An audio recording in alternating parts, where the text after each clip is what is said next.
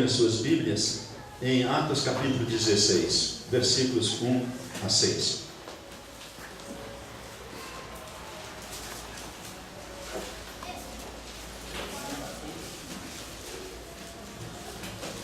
A viagem, quanto vocês acham, a viagem a Rondônia foi uma vez, ali em Urupá, e depois em Teixeirópolis, e aí na sequência nós fomos para Várzea Grande, na igreja de Jardim Glória.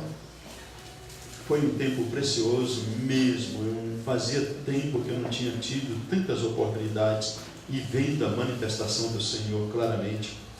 Pregamos 22 vezes naqueles 14 dias, 12 dias que nós ficamos ali, e foi uma atenção, um desejo, um querer e quebrantamentos, e foi muito especial aquilo que nós vimos naqueles dias. Dali nós viajamos para Várzea Grande e pregamos na sexta, no sábado e no domingo. Irmãos queridos também, nós louvamos ao Senhor por todo esse tempo. O mais precioso disso tudo é que vimos muitas pessoas com interesse de servir o Senhor, querendo a vontade do Senhor para suas vidas, e eu louvo ao Senhor, porque durante tantos anos nós ficamos praticamente das casas de oração, praticamente sozinhos, né? Agora nós estamos vendo pessoas com muita vontade, com o coração aberto, pessoas com capacidades, pessoas fazendo faculdades e querendo servir ao Senhor e querendo ir para o campo. Isso nos dá muita alegria, e nós veremos algo bonito acontecendo no nosso meio. Já está acontecendo, mas vai aumentar ainda cada vez mais. Atos capítulo 16, versículos de 6 a 10. E percorrendo a região frígio-gálata, tendo sido impedidos pelo Espírito Santo de pregar a palavra na Ásia, defrontando Mísia, tentavam ir para Bitínia, mas o Espírito de Jesus não o permitiu, e tendo contornado Mísia, desceram a Troade.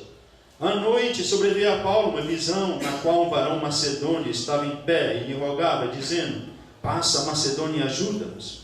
Assim que teve a visão, imediatamente procuramos partir para aquele destino, concluindo que Deus nos havia chamado para lhes anunciar o Evangelho. Neste ano me convidaram para pregar em Santa Catarina, e me deram o tema, na agenda de Deus. E foi tão interessante este tema, na agenda do Espírito,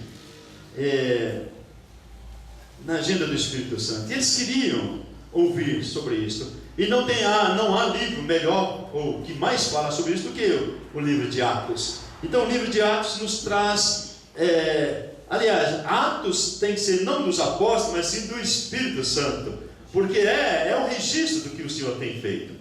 E aí o Senhor me conduziu a esse texto, porque ele traz para nós dois versos enigmáticos, dois versos difíceis de compreensão, embora alguns de nós achamos palavras rápidas para falar sobre eles. É exatamente neste texto em que o Espírito Santo impede de pregar a palavra na Ásia, e depois, defrontando Mísia, tentavam ir para Bitínia, que ainda era a Ásia, mas o Espírito de Jesus não permitiu. Como é que pode ser que o Espírito Santo impede alguém de pregar a palavra e depois o Espírito de Jesus não permite? E é isso que eu gostaria de compartilhar, de transmitir aos irmãos nesta noite. E para isso nós precisamos voltar um pouquinho. Em primeiro lugar, nós sabemos que é o Espírito Santo que capacita com poder para pregar o Evangelho, para testemunhar. Mas recebereis poder ao descer sobre vós o Espírito Santo, e semeeis minhas testemunhas. Atos capítulo 1, versículo 8. É o Espírito Santo que capacita. Em segundo lugar, é o Espírito Santo que separa os obreiros. Separai-me a Saulo e a Barnabé para a obra que eles têm mandado. Atos capítulo 13. E em terceiro lugar, É o Espírito Santo que diz onde o Evangelho deve ser pregado. É Ele que conduz, é Ele que leva.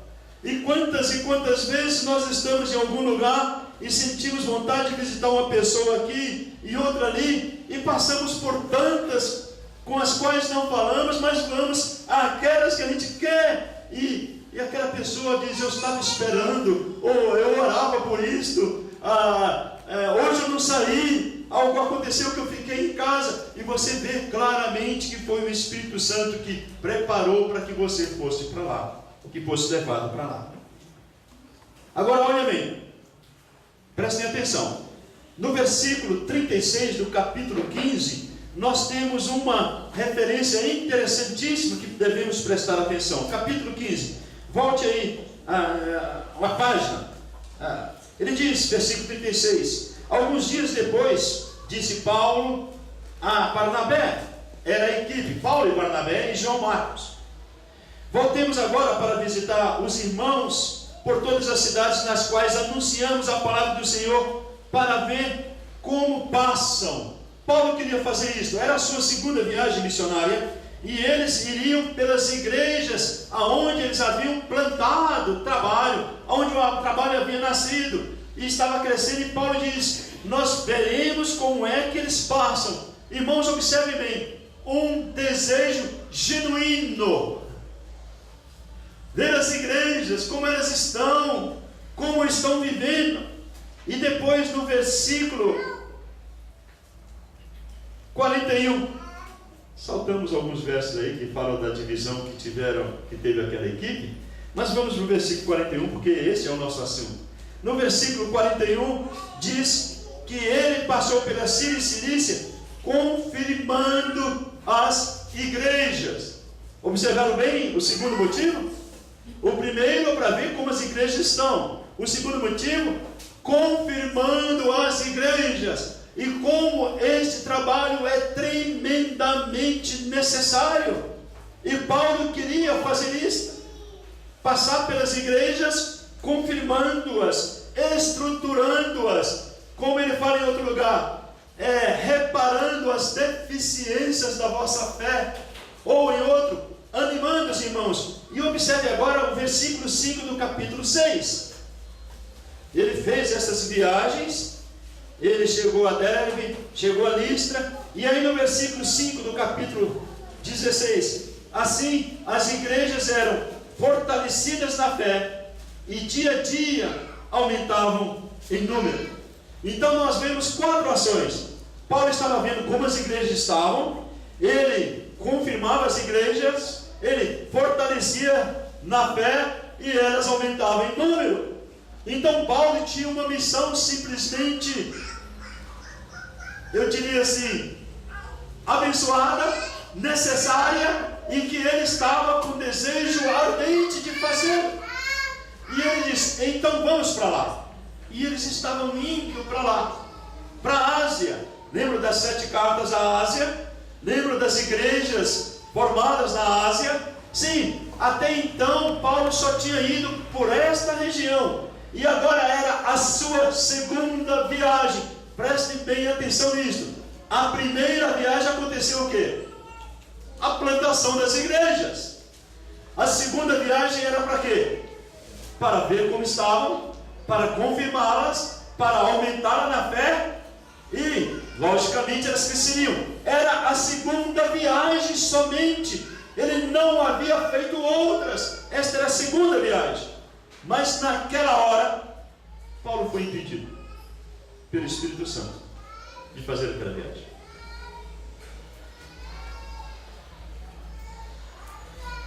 E nesse momento, a gente pergunta: por que foi que foi impedido de pregar naquele lugar? As igrejas estavam tendo problemas. Sim, elas precisavam ser fortalecidas na fé. O propósito dele era especial. Por que então que o Espírito Santo impediu? E como é que o Espírito Santo impediu? E por que e para que o Espírito Santo impediu que ele fosse para aquela região? Irmãos, Observem bem, eu estou falando isso por causa do texto, que diz claramente: e tendo sido impedidos, e depois não permitidos. Por que é que o Espírito Santo impediu e não permitiu, se a função do Espírito é fazer com que preguemos o Evangelho? Por que impediu? A Paulo, homem como Paulo, por que eles foram proibidos de ir para a Ásia, se o plano, se o objetivo dele era bom, era necessário? Ele ia ver como estavam as igrejas, ele fortaleceria as igrejas, ele melhoraria a fé daquelas igrejas e elas aumentariam em número. Então, por que o Espírito Santo impediu? Sabe, meus irmãos, eu não creio de maneira nenhuma.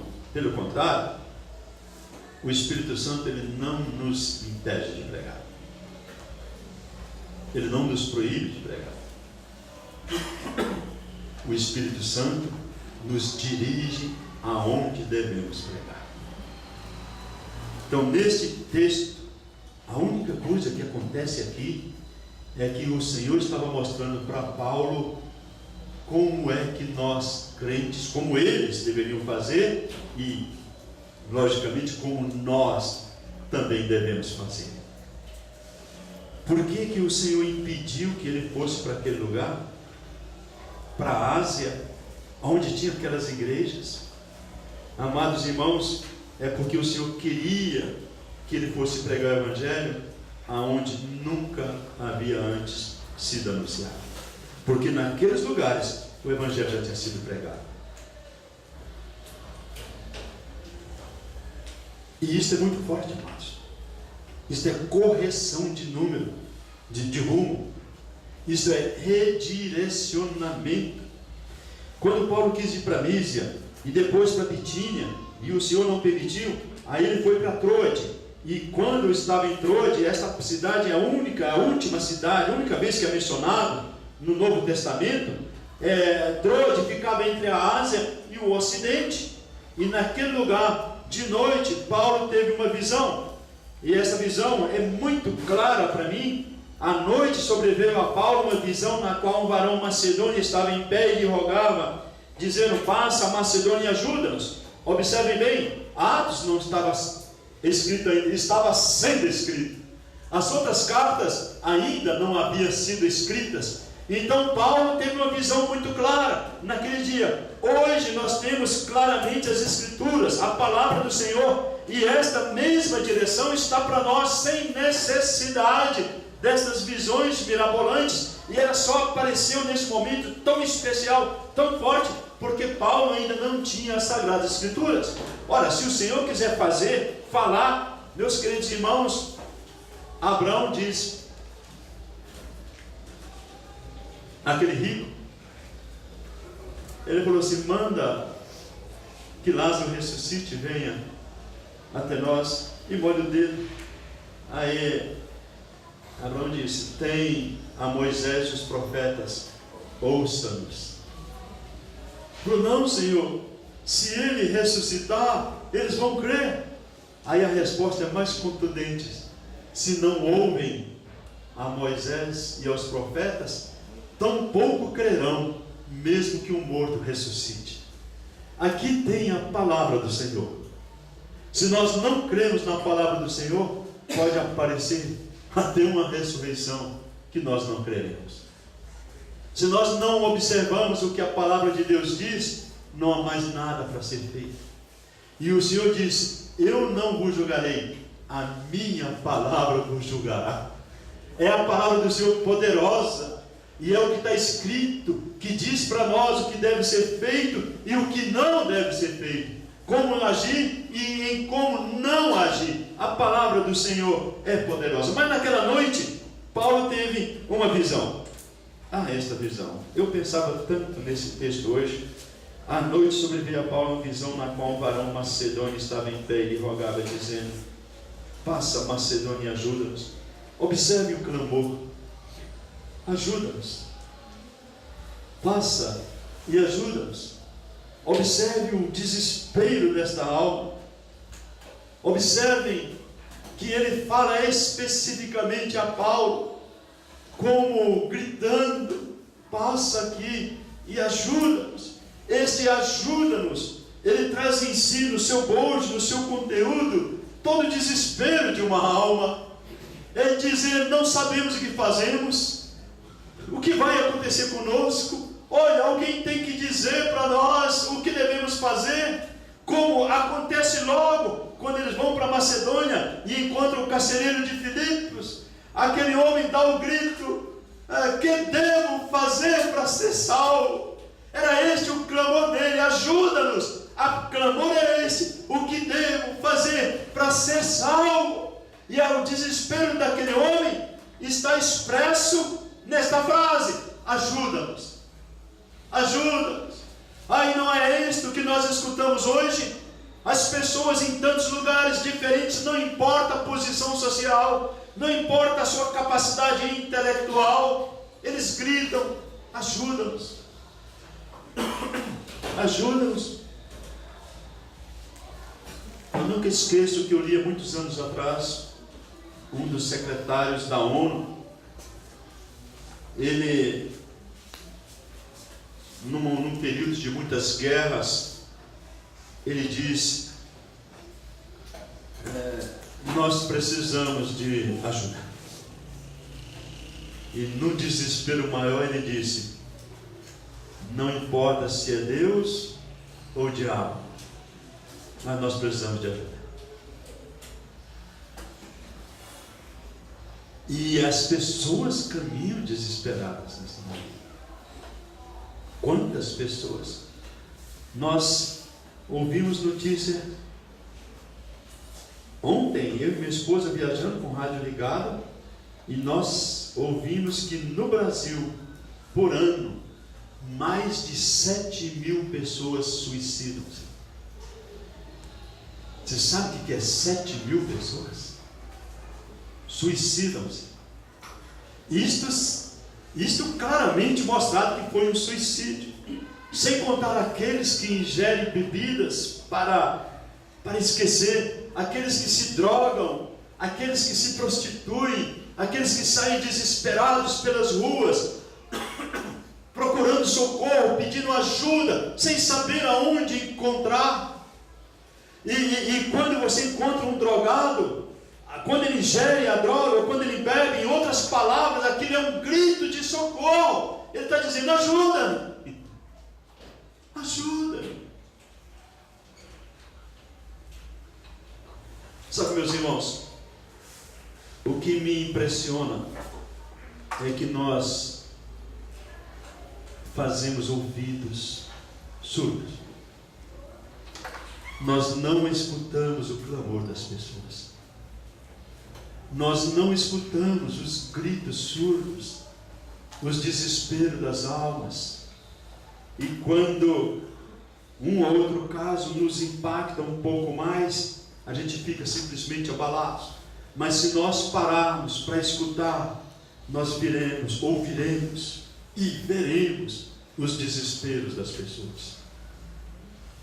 Não importa, repito, a sua posição social, nas mais altas classes ou o mais simples, ou em qualquer lugar, o desespero é mesmo, e eles gritam: ajuda-nos. Passa a Macedônia e ajuda-nos. Agora observem bem, esta visão foi dada pelo Senhor a Paulo. O Senhor permitiu que Paulo tivesse essa visão.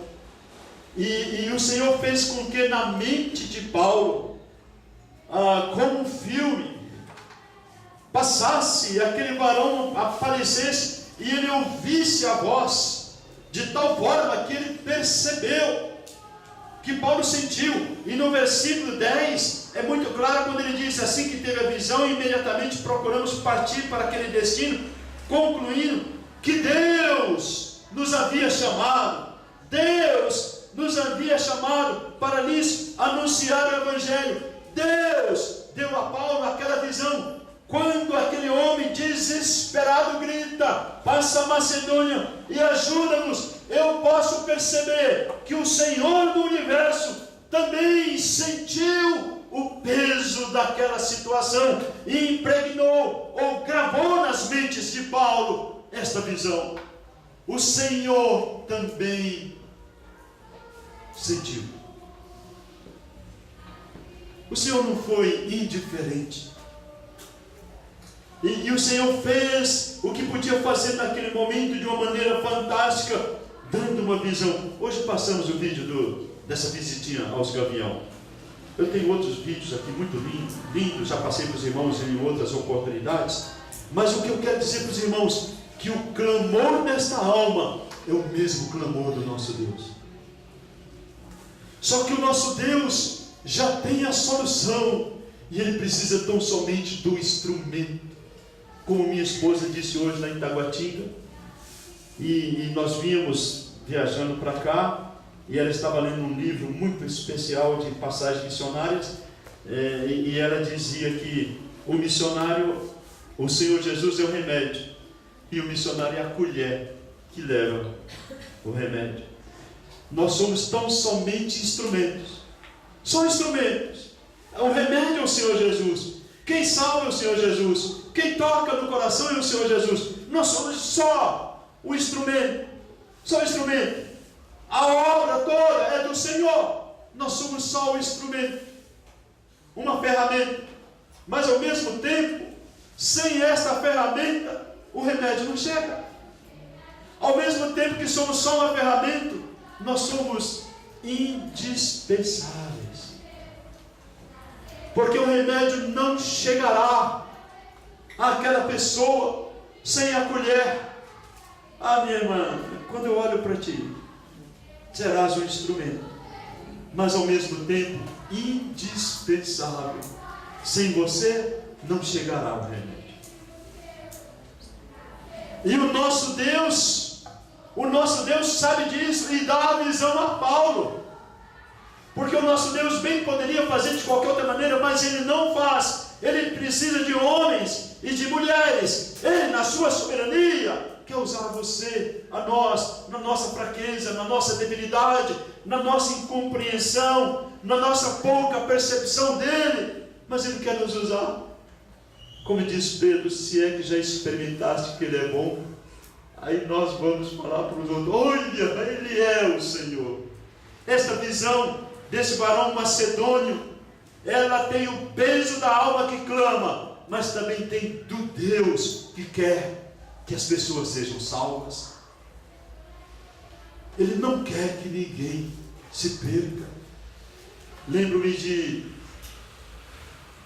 Lamentações, que diz: ó, vós que passais pelo caminho, não vê a minha dor? Não tens compaixão? Vós que passais. E meus irmãos, quantos de nós passamos por toda a vida e não percebemos a dor dos outros? Em Mateus capítulo 9, o Senhor está narrando que o Senhor, vendo a multidão, teve compaixão. Esta visão que Paulo teve, ela é muito especial. E aí um varão macedônio. Esse varão macedônio, ele mostrou-se de tal forma que Paulo sabia que era um varão macedônio. É verdade que Paulo tinha discernimento espiritual. Discernimento como muitos de nós não temos. Quando Paulo percebeu que o Espírito Santo não queria que ele fosse para a Mísia, para a Ásia, impediu, esse discernimento de Paulo foi que fez com que ele entendesse que não ia para lá. Eu não sei se apareceu o Espírito e disse: não, você não vai. Não sei, mas Paulo tinha discernimento. Nesse mesmo capítulo 16, a partir do versículo 16, tem aquela jovem que saía atrás de Paulo dizendo: estes homens são servos do Deus Altíssimo e vos anunciam o caminho da salvação. E ela falava um elogio. Quantos homens estão esperando esse elogio hoje em dia? Oh, ele é servo de Deus. Oh, e Paulo vira-se para aquela mulher e diz exatamente assim: Então Paulo, já indignado, voltando-se, disse ao Espírito. Interessante, ele não disse para a mulher, ele disse para o Espírito: em nome de Jesus Cristo eu te mando, retira-te dela. E ele, na mesma hora, saiu. Ele saiu e criou um problema seríssimo, né? Porque aquela mulher adivinhava e dava grande lucro para os seus senhores. Mas Paulo tinha discernimento. Então, quando o varão macedônio aparece aqui para Paulo, Paulo sabia que era o varão macedônio. Talvez por causa da vestimenta, talvez por causa da fala, da voz, mas Paulo sabia quem era. Mas o que mais interessante, chama-nos a atenção, é que aquela Macedônia era o início da Europa, início do mundo ocidental, do mundo gentílico. E Paulo até então só tinha pregado para os judeus. Ele iria para os gentios, mas até agora era só para os judeus. E quando o gentio se convertia, era acidente de caminho, de percurso. Quando Cornélio se converteu, houve um supremo concílio. Ele teve que aparecer perante a igreja e explicar por que pregou o evangelho para os gentios. E Pedro explica. Irmãos, não é fácil vencer a religiosidade. E Pedro naquele dia teve uma grande dificuldade de explicar como o Senhor queria salvar os gentios também. Porque Pedro era um homem tremendamente justo e religioso. E quando a visão aparece a Pedro, ali no caso de Cornélio, por 3 vezes, Pedro resistiu e Pedro falou assim: não, nada vai entrar na minha boca que seja imundo e impuro. E o Senhor fala: não diga que é imundo aquilo que eu purifiquei. Meus irmãos, muitas vezes a religiosidade nos impede de pregar o evangelho para os outros. As tradições, os usos e costumes nos impedem de sair e pregar o evangelho.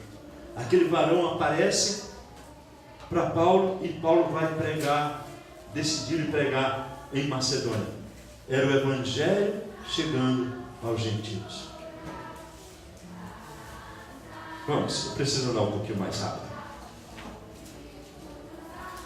O que mais me impressiona é o final do versículo 10.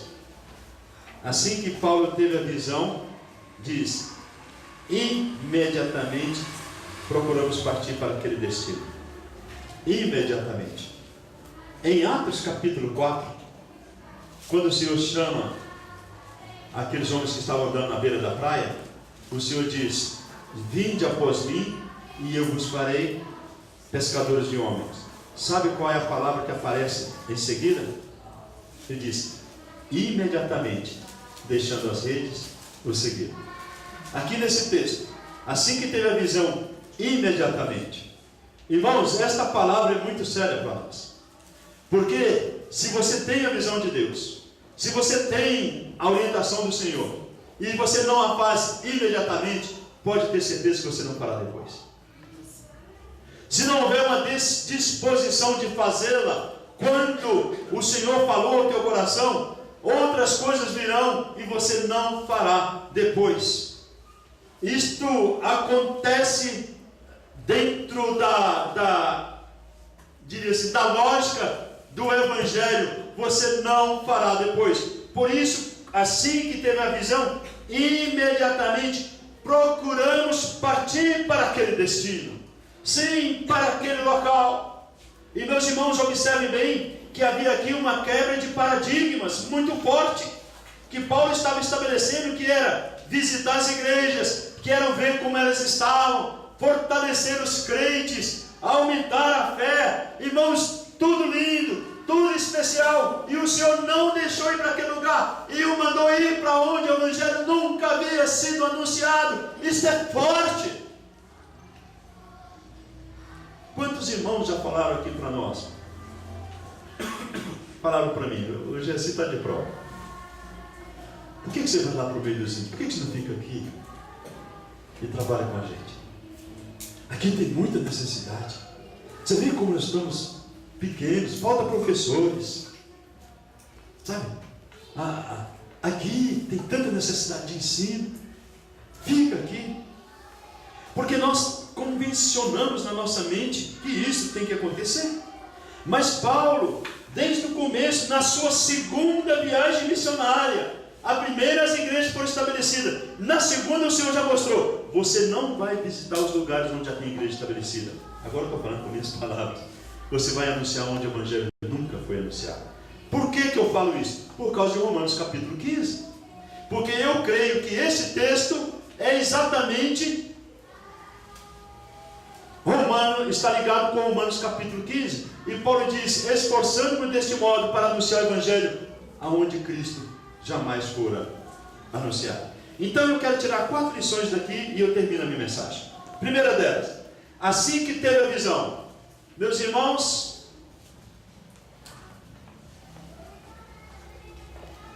eu espero que nós tenhamos conseguido passar a visão. A visão de que o Senhor quer alcançar os lugares ainda não alcançados.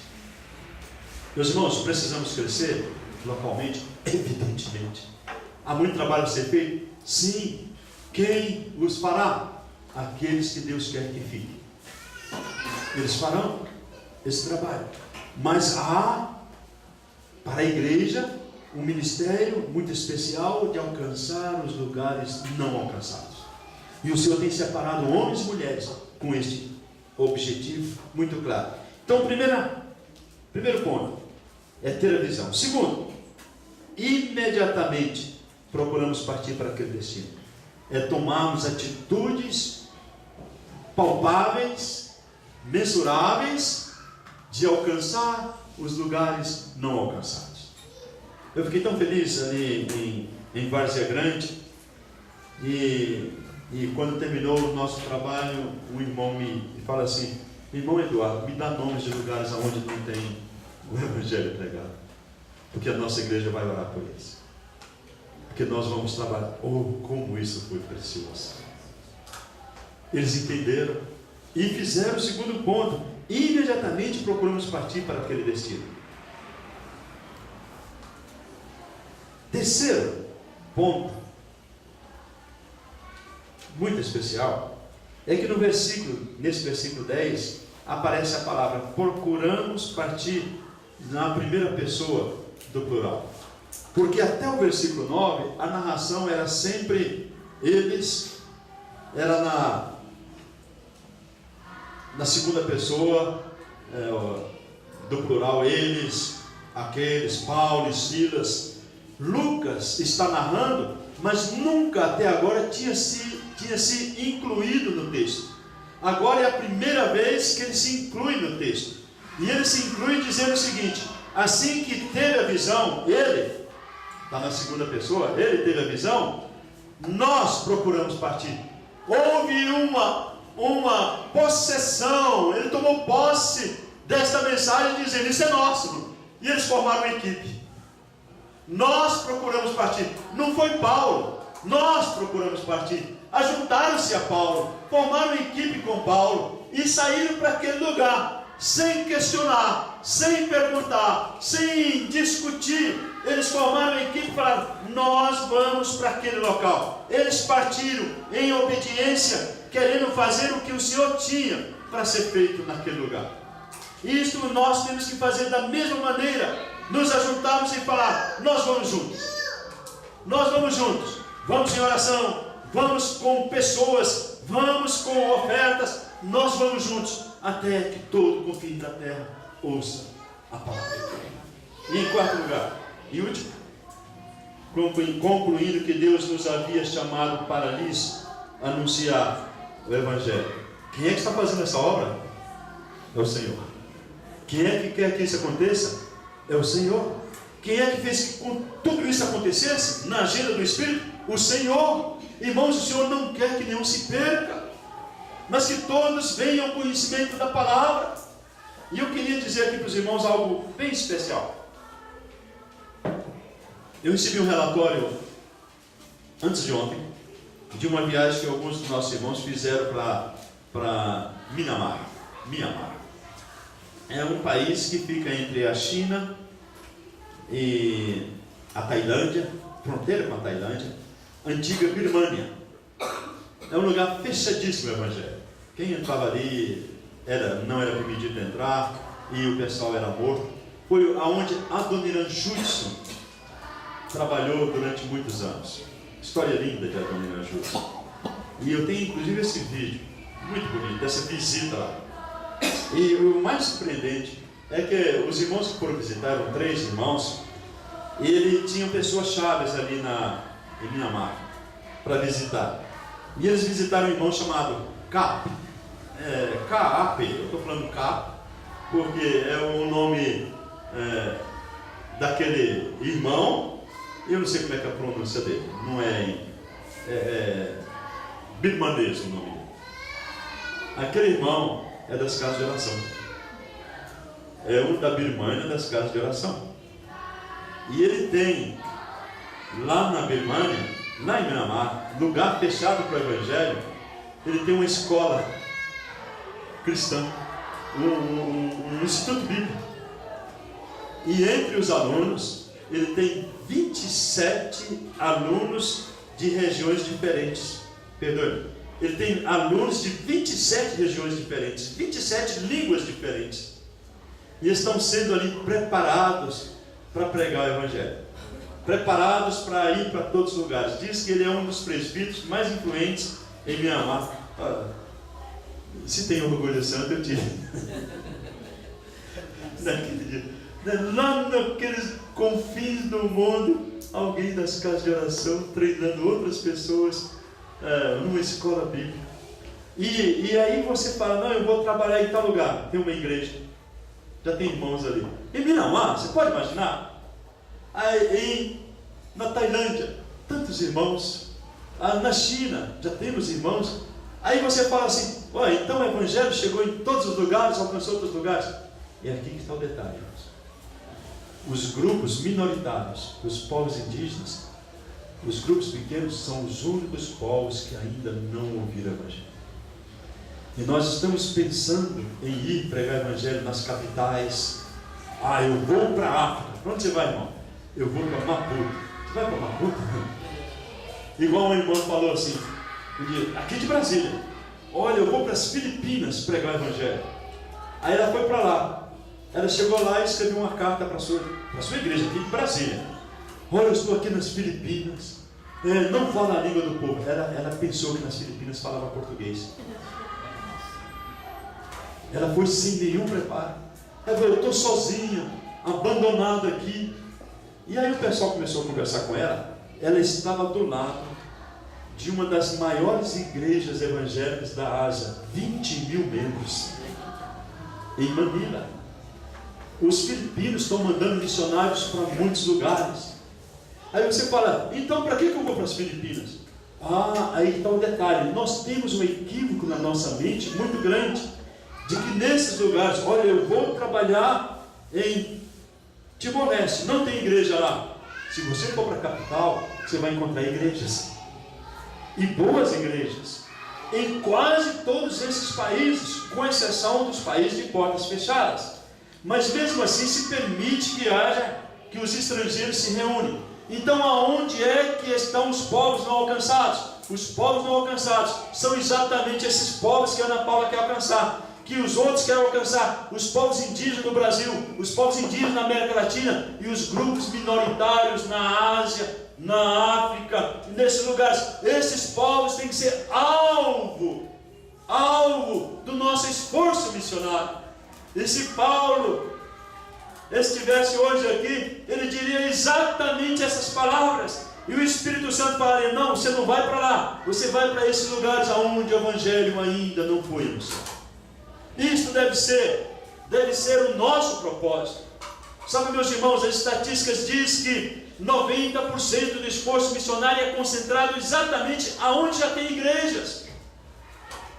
90% do esforço missionário é onde já tem igrejas.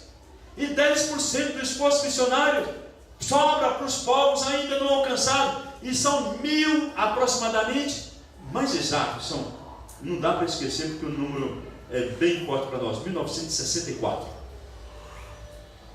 Fundação de Brasília.